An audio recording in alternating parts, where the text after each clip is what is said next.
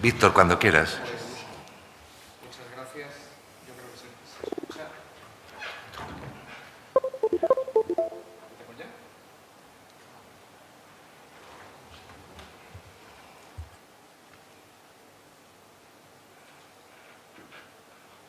Ahí está. Bueno, pues muchas gracias. Yo voy a intentar ceñirme al tiempo que se me ha confiado, que son 15 minutos. Entonces, en primer lugar, evidentemente agradecer en este caso a la Secretaría de Estado y a la Junta de Castilla y León, bueno, pues haber pensado en PRINCAL, que es la Federación para la Promoción Rural Integral de Castilla y León, que aglutina, bueno, los intereses de la mayoría de grupos de acción local de Castilla y León, pues para asomarse a la problemática que tienen las zonas rurales, tanto en relación a la prestación de servicios por parte de la Administración, como en lo que se refiere a la aplicación de las nuevas competencias o las nuevas tecnologías. Bien, tomando referencia a lo que ha presentado el director general anteriormente, Luis Miguel, nosotros nos planteamos ya una segunda parte del estudio, que es una parte, podríamos decir, más de aplicación o más de experimentación o, como decía anteriormente, de asomarnos a cuál es la realidad de esas zonas rurales o de una zona rural concreta y cómo podríamos decir, complementar tanto la aplicación de esas competencias en el marco de la nueva Ley de Ordenación de Castilla y León como un primer vistazo, una primera aproximación a lo que se refiere a las nuevas tecnologías, a la aplicación de las nuevas tecnologías, al objetivo de lo que comentaba anteriormente la jefa de gabinete en relación a convertir los territorios rurales en territorios inteligentes. Bien, en ese sentido, no, esto suele pasar cuando uno no sabe de informática, nunca mejor dicho, y está mal que yo lo diga en este foro.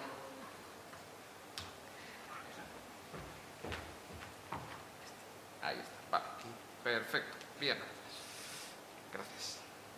Bueno, entonces, en ese sentido, una vez explicada y definida, valga la redundancia, la definición teórica de los ERGO, la Ley de Ordenación, que se ha comentado anteriormente, yo me voy a centrar en este esquema de trabajo. Es decir, nosotros hemos planteado, como decía anteriormente, un piloto teórico, en el cual hemos establecido un DAFO en lo que se refiere de manera genérica o general o global sobre la aplicación de las nuevas tecnologías en las zonas rurales, una definición de una zona de aplicación concreta, que hemos buscado una zona o un territorio, evidentemente entre dos grupos de acción local de la provincia de Valladolid y a su vez en el marco de 4 zonas de ámbito de actuación de la Ley de Ordenación del Territorio, una zona eminentemente rural. ¿Qué metodología hemos aplicado para el desarrollo de esta pequeña investigación? Hemos definido cuáles son las competencias de las administraciones responsables y a qué escala de esas administraciones en lo que se refiere a la concesión o a la asunción de esas atribuciones que puedan tener las diferentes administraciones y podríamos decir una primera aproximación en lo que se refiere a la aplicación de las nuevas tecnologías, unas conclusiones y una definición de ámbitos claves y atributos en referencia a lo que también se comentaba anteriormente de la realidad de los Smart Cities, es decir, de las ciudades inteligentes, con una proyección sobre las zonas rurales que evidentemente, como luego vamos a ver como conclusión de esta presentación, requiere pues, una serie de modificaciones porque el medio rural evidentemente no tiene nada que ver con las zonas urbanas o con la realidad urbana. Empezamos por el DAFO. Entonces, hemos establecido un DAFO genérico en relación a la realidad de la aplicación de las nuevas tecnologías en las zonas rurales. Evidentemente, no voy a explicar todos los aspectos relacionados con el DAFO, porque evidentemente no tengo tiempo. En todo caso, estos son aspectos que quedan incluidos en el estudio, en la presentación. Pero, por ejemplo, para destacar algunos aspectos fundamentales en lo que se refiere a fortalezas, bueno, pues las potencialidades que tienen las pequeñas y medianas empresas en las zonas rurales en referencia a la aplicación de las nuevas tecnologías. En oportunidades, todas las oportunidades que puede ofrecer para el entramado industrial y el sector productivo en el marco de la economía digital, en las zonas rurales en concreto. Debilidades. Disparidad en cuanto a la cobertura de banda ancha. Este es un aspecto recurrente, que luego lo vamos a ver cuando hablemos de las conclusiones o de la conclusión. Las zonas rurales siguen estando huérfanas de conectividad. Y esto es, podríamos decir, una de las primeras conclusiones que podemos sacar o podemos resaltar de este estudio. Es decir, y esto es un aspecto que las zonas rurales, y luego lo vamos a ver más en profundidad con las encuestas o con los análisis cuantitativos y cualitativos que hemos desarrollado, es uno de los elementos nucleares de la puesta en marcha de las políticas de territorios rurales inteligentes, la conectividad, la falta de conectividad. Y en lo que se refiere a las amenazas, obstáculos para el establecimiento de empresas. Es decir, si los territorios rurales no tienen conectividad, pues evidentemente no solo las empresas, sino las personas que viven, los ciudadanos de a pie y por supuesto, las administraciones locales, las administraciones públicas locales, pues podríamos decir tienen obstáculos respecto a la prestación de sus servicios en el caso de las administraciones y en el caso concreto de las empresas, el desarrollo de su actividad empresarial. Conviene señalar que en Castilla y León hay municipios, y esto es alguna cuestión que he hablado con alguno de los gerentes de grupos de acción local que están en esta sala, hay municipios donde la señal de televisión sigue llegando de manera deficiente. Ya hablamos de la televisión, entonces si hablamos de Internet o hablamos de la red, evidentemente es un salto cuantitativo que podríamos decir que es casi abismal. Bien. Una vez definido genéricamente el DAFO de las necesidades o de la situación de la aplicación de las nuevas tecnologías en las zonas rurales, definimos un territorio de investigación, un territorio que nosotros consideramos que es un territorio que tiene que ser eminentemente rural, muy rural. Pero este territorio, cual vamos a desbrozar ahora un poquitito de manera muy básica, podríamos decir que es presenta denominadores comunes, muy comunes del resto de territorios de Castilla y León.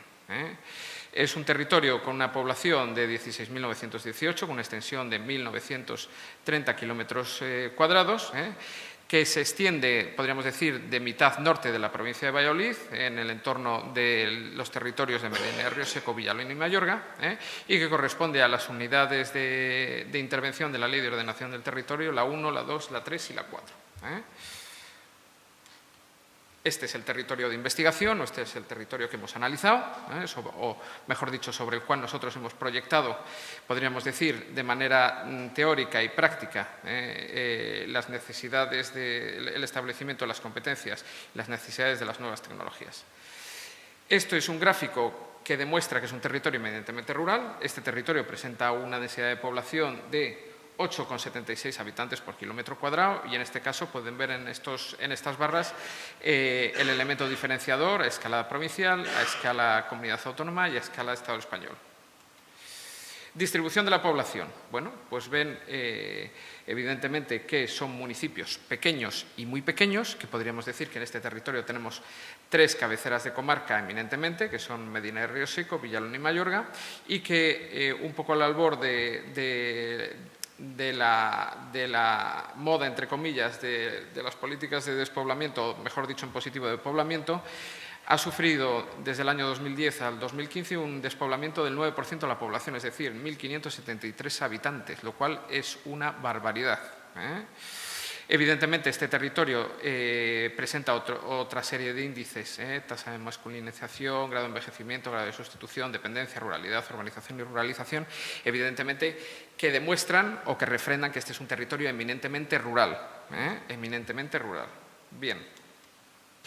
¿Cómo hemos hecho el estudio? ¿Cómo hemos hecho la aplicación? ¿Qué metodología de trabajo hemos aplicado? Bueno, pues en este sentido nos hemos referido o nos hemos remitido a los principios del desarrollo rural o del desarrollo rural participativo. Estamos hablando, en este caso, que nosotros somos líderes, somos grupos de acción local y para nosotros el método participativo y el método ascendente pues es uno de nuestros fundamentos. Y en este sentido, para percibir lo que la población o lo que los actores locales, tanto públicos y privados, requieren en el territorio, pues evidentemente estamos acostumbrados a preguntarles directamente.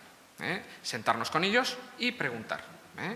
Y entonces, ¿en qué ámbito hemos preguntado? Hemos preguntado en el ámbito de la administración local, en el caso de los ayuntamientos, de diferente escala o diferente tamaño, lo podríamos decir de este territorio, los municipios que son de mayor tamaño, los municipios que son de tamaño medio y pequeño tamaño, las mancomunidades existentes y las diputaciones, en este caso las diputaciones provinciales. Al sector empresarial en el caso del sector agrario, sector comercio, sector turismo, y el tejido social, el sector social, la ciudadanía, en este caso representada por interlocutores, asociaciones de desarrollo, como puede ser el propio Grupo de Acción Local, juntas de Semana Santa, asociaciones de mujeres, jubilados, culturales, empresarios y juveniles. Es decir, hemos establecido o hemos abarcado un poco todo el espectro, todo el abanico que podríamos decir sectorial ciudadano de las zonas rurales, mujeres, jóvenes, personas mayores,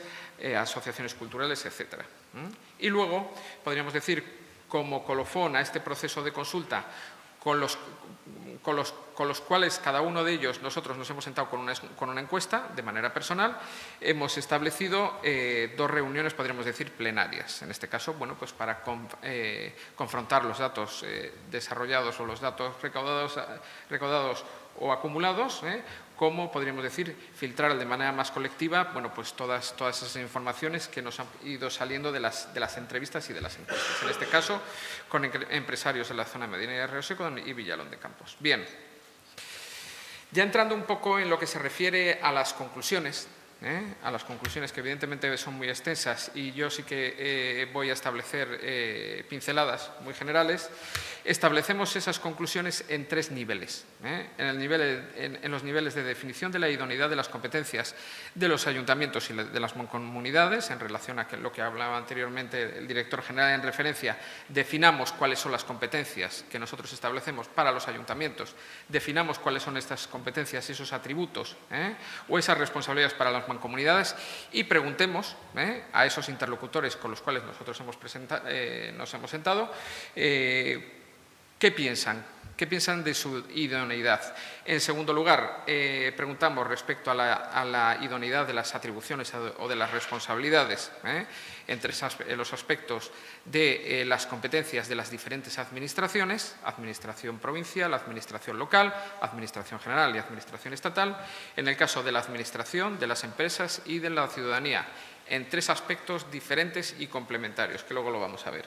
Y por último, de la definición de las necesidades de las nuevas tecnologías, de la aplicación de las nuevas tecnologías y también preguntamos respecto a sobre qué administración esos entrevistados, esas personas a las cuales hemos consultado, consideran podríamos decir, dónde reposarían mejor, dónde tendrían mejor encaje, en qué nivel de administración.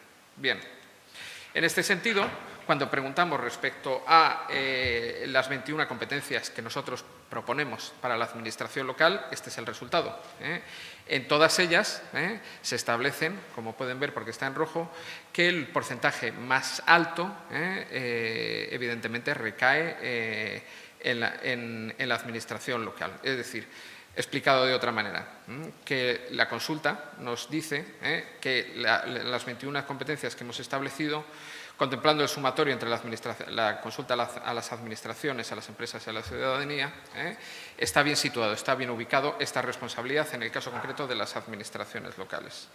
De la misma manera, igual sucede con el caso de las mancomunidades. Ven en color rojo que los mayores porcentajes recaen evidentemente en que estas competencias, estas 16 competencias o atribuciones que inicialmente, como ha establecido Luis Miguel, en las mancomunidades, podríamos decir, están correctamente ubicadas en este nivel de administración local, en el nivel de administración de las mancomunidades. Y pasamos a, podríamos decir, a la definición de qué atribuciones de servicios públicos corresponden para cada una de las administraciones. O explicado de manera más práctica, cuando nosotros preguntamos un servicio concreto que responde a una necesidad de un ciudadano, ese ciudadano, en este caso la administración, las empresas o la ciudadanía, ¿dónde considera que debe de reposar de manera más correcta, más eficaz y más eficiente esa competencia? Entonces, este es el resultado. ven que en este caso las competencias están repartidas, como he dicho anteriormente, en el ámbito estatal, en el ámbito autonómico, en el ámbito provincial y en el ámbito local, entendiendo el ámbito local como el sumatorio de la administración local, el ayuntamiento y la mancomunidad. Bien, esto desde el punto de vista de la administración y preguntando a la administración. Bien. Y ahora pasamos al resultado en lo que se refiere a las mismas competencias respecto a la pregunta al sector empresarial. Es decir, ¿cómo considera, o mejor dicho, en qué administración o en qué estado de administración o en qué administración se deben reposar o se deben de confiar este tipo de competencias? Bien. Y luego, por último, el aspecto de la ciudadanía.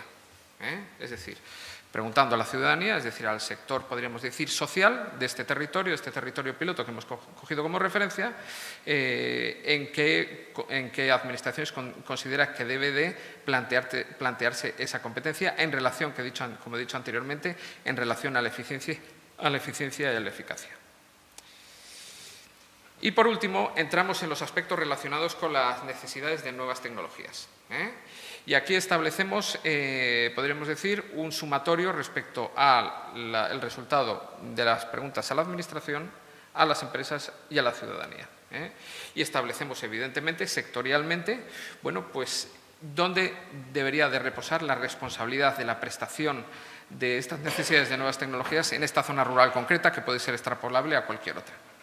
Y van viendo, por ejemplo, cogiendo una referencia como puede ser sistemas de gestión de pymes. Pues en este caso, los entrevistados, el proceso de consulta ascendente nos dice que el 39%, es decir, la mayoría, considera que este servicio lo debe prestar o lo debe de facilitar, mejor dicho, en este caso, la administración local.